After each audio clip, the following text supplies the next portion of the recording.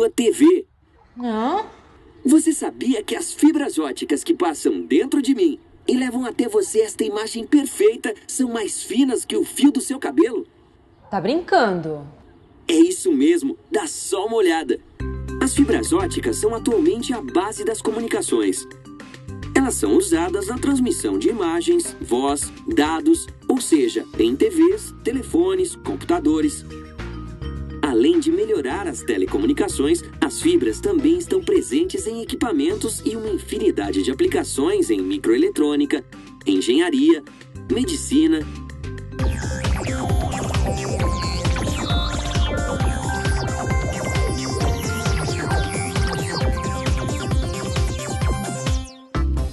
A fibra ótica foi inventada na década de 50 pelo físico indiano Narinder Singh Kapani. Ele aprofundou os estudos que comprovaram que a luz era capaz de fazer curvas. E inicialmente acreditava que seu uso estaria ligado à medicina. No entanto, rapidamente os pesquisadores identificaram a grande capacidade de transmissão das fibras e elas passaram a ser usadas nas telecomunicações. No Brasil, a Universidade Estadual de Campinas foi a primeira a produzir as fibras óticas no final dos anos 70. A tecnologia foi transferida para a Telebrás e, no início dos anos 80, repassada às empresas Para a produção em escala comercial. Nossa, eu não tinha ideia de que a fibra ótica tinha tantas aplicações nas coisas do meu dia a dia. Mas agora fiquei curiosa. De que elas são feitas? Como funcionam?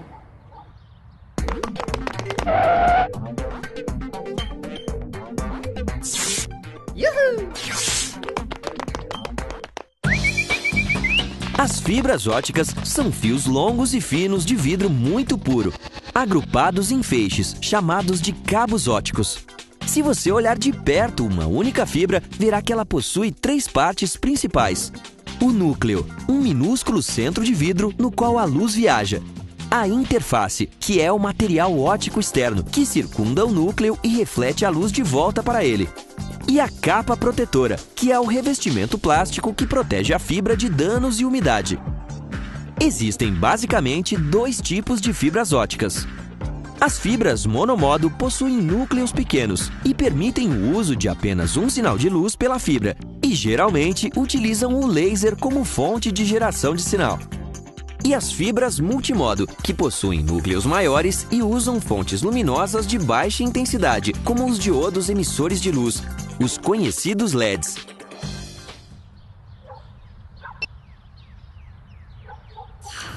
Tá, tchau.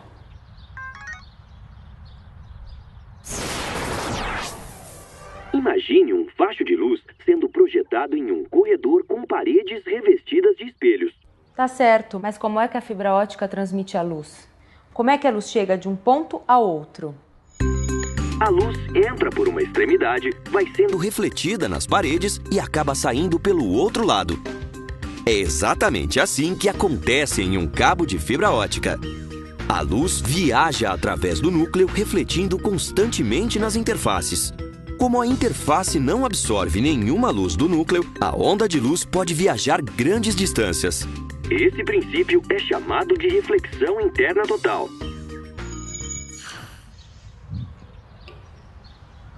Bacana. E como as fibras óticas são produzidas? Para ver isso, vamos até uma fábrica de fibras. A fabricação da fibra ótica é compreendida por 3 fases de processo. A fase do PCVD, a fase de Drawing Tower, ou de puxamento, e a fase de caracterização ou medidas básicas. A primeira fase é esta fase que nós estamos aqui, que é a fase do PCVD.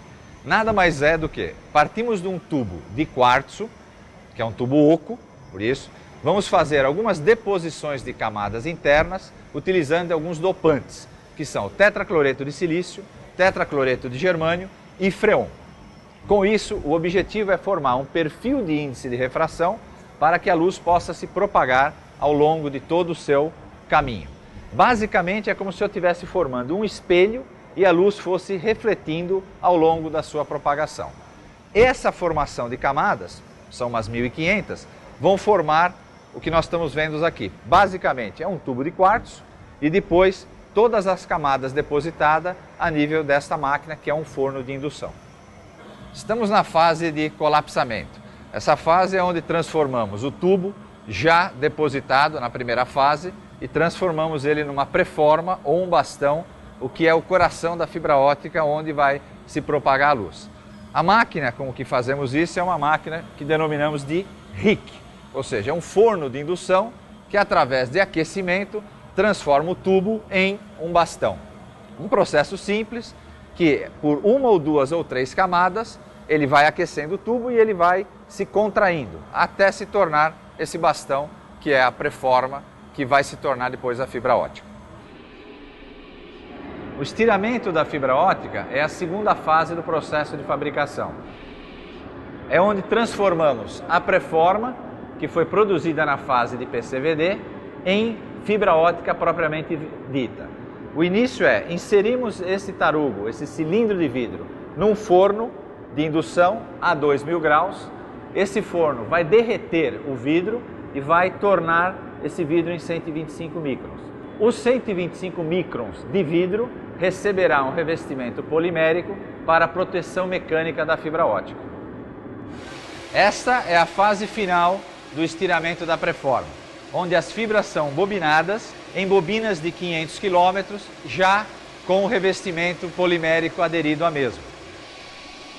E passamos para a última fase do processo de fabricação, a fase de proof test, de testes ópticos e de testes geométricos. A primeira fase é o proof test, onde testamos a resistência mecânica da fibra, 100%, e após disso transferimos para os outros testes. Após a fase de proof test, passamos aos testes ópticos, que são os testes de transmissão, e os testes geométricos, como por exemplo, o diâmetro da fibra e o diâmetro do núcleo. E após a fibra 100% testada, a mesma vai para o estoque para a posterior comercialização. Depois que as fibras passam pelo Controle de qualidade, elas são vendidas para companhias telefônicas, de TV a cabo e provedores de redes. Nossa, essas fibras ópticas estão presentes em tudo mesmo. Mas por que elas são tão importantes? Realmente as vantagens são tão grandes assim? Nem me fale, é que comparadas aos fios metálicos de cobre, as fibras ópticas têm capacidade de transmissão até 1 milhão de vezes maior. como são mais finas, podem ser estiradas com diâmetros menores. Ou seja, no mesmo cabo podemos ter mais linhas telefônicas, mais canais de TV, mais computadores conectados. E não é só isso. Com a fibra ótica, a perda de sinal é menor, a recepção é mais nítida, enfim, a comunicação se torna muito mais clara e eficiente. Além disso, as fibras são mais leves e resistentes, têm menor consumo de energia e o risco de incêndios é praticamente nulo. Apesar de todas estas vantagens, o custo de compra e manutenção do sistema de fibra ótica ainda é elevado. Então, os cabos metálicos ainda são bastante utilizados para estruturas pequenas. Entendi. Com o volume de informações que temos hoje em dia, se a gente utilizasse somente o cabo metálico como condutor, em alguns casos seria mais rápido enviar um motoboy para fazer uma entrega do que mandar informações via rede, certo? Realmente as fibras óticas estão revolucionando as telecomunicações. Tudo bem que ainda não dá para eu interligar os computadores aqui de casa com um sistema de fibra, mas certamente o meu provedor de internet já fez isso. O pessoal de celular e da TV a cabo também. Poxa, mas mais fino do que um fio de cabelo?